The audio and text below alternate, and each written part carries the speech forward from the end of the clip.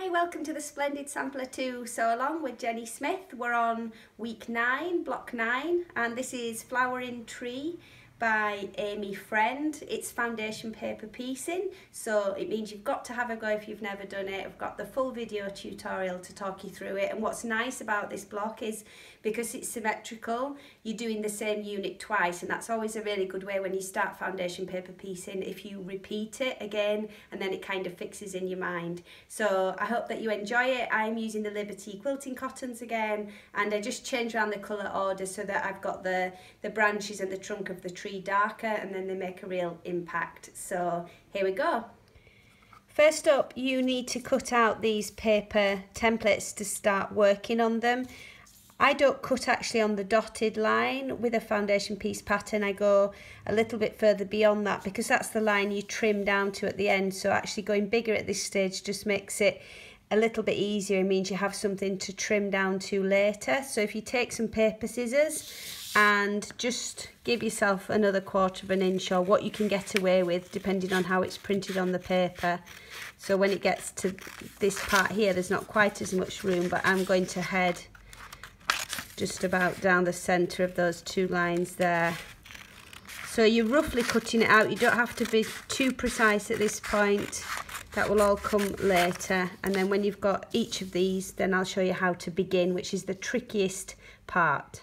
This isn't an overcomplicated pattern, but I do quite like to make notes of my colours just onto the paper so that I don't get confused as I go along. And I've changed up mine. I'm using a darker colour here for the tree trunk and the branches, and then a mid-tone cream, and then yellow around the edges. So on my pattern, it's taken, a minute just to write on cream and then reference the colour with, see there, yellow and blue on each section, and then I'm ready to go.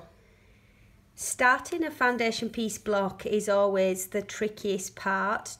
When you haven't done any for a while and you come back to it, it's just remembering this first step, and then you get into a rhythm.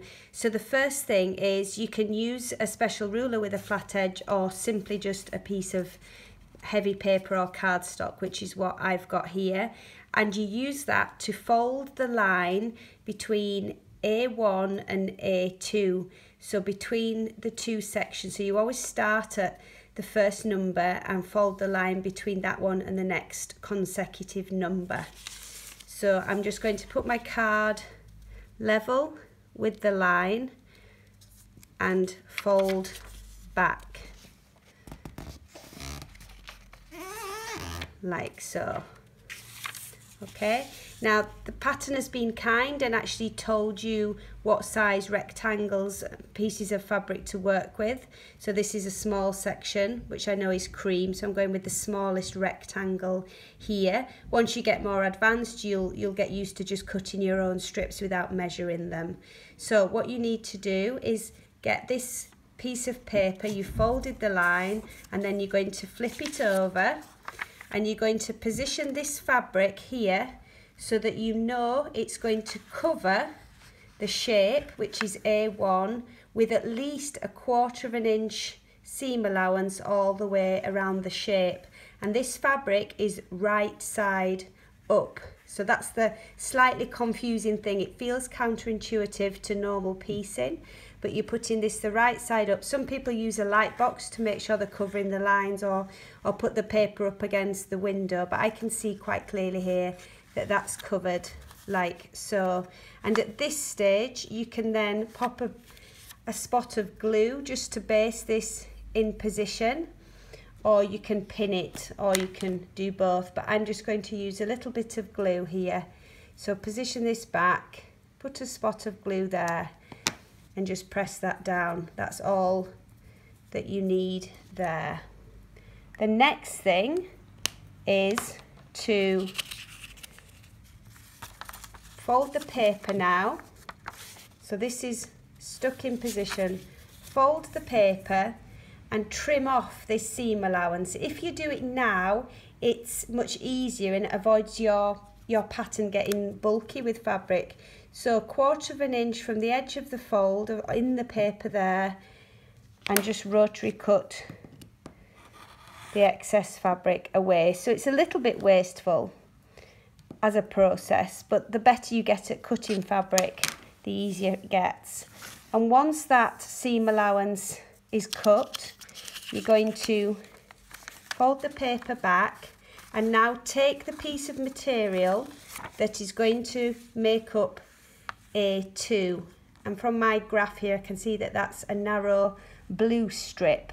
So you're now going to flip this back over, get the blue strip, align it with this line you've just trimmed here. You're going to check that once that's stitched and folded back, that it's going to cover what you want it to. So actually I need to just make sure mine's coming further down this way here, like this, so that I can imagine once it's stitched and come back, because this is how the pattern will look when it's finished. And by the way, you can see a little spot of the glue there, but that just disappears, so don't worry about that.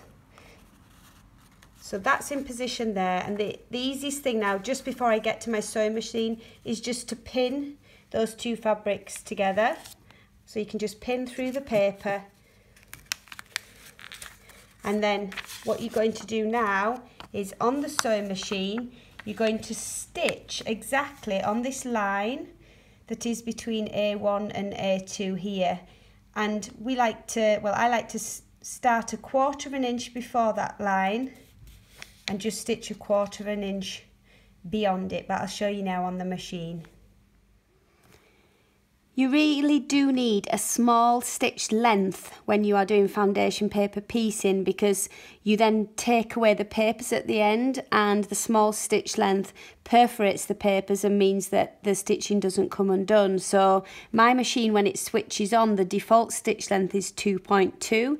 You want to go down smaller to 1.8. Some people also go to 1.5, but I like 1.8. I'm using Aurifil thread, 50 weight, because it lays really nice and flat. It's a very fine mercerized Egyptian cotton, so it works brilliantly.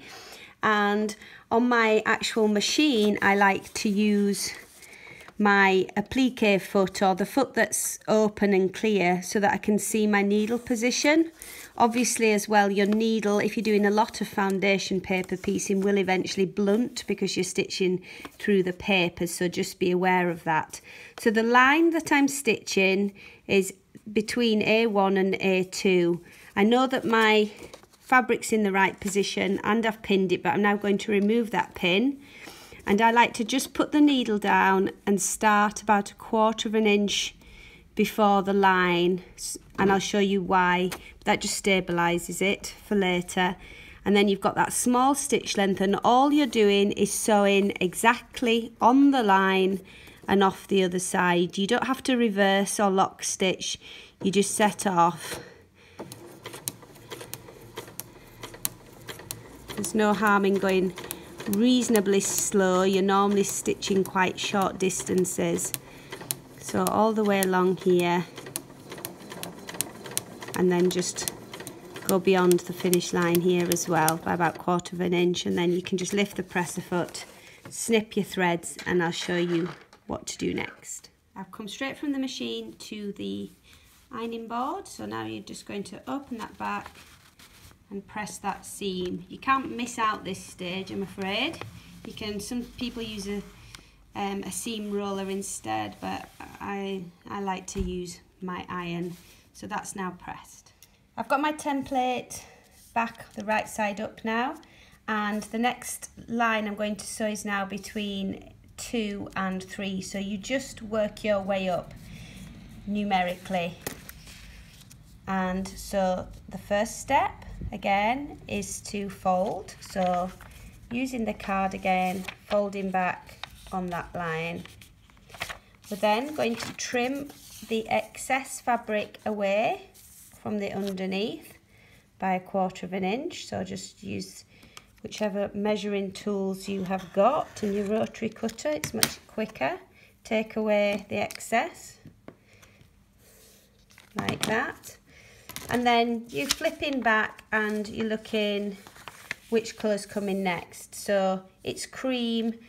Take a piece of fabric, make sure that it's going to cover it, put it back over the other way, looking through the light, positioning it on top so that you know when it comes back at an angle that it's covering all the required area A3. And then just pop it back. Again, you can pin if you want to, but once you get going, normally, and on a small block like this, you can handle the pieces of fabric. So you then go to your machine and sew this next line. So it's fold, trim, stitch, and then press. They're the golden rules of foundation paper piecing. So your first branch here is your 1 by your 3.5 inch strip that you've cut. So it's creaming the pattern, and then your longer ones, your 1s by 4.5, are for the subsequent 2 branches here.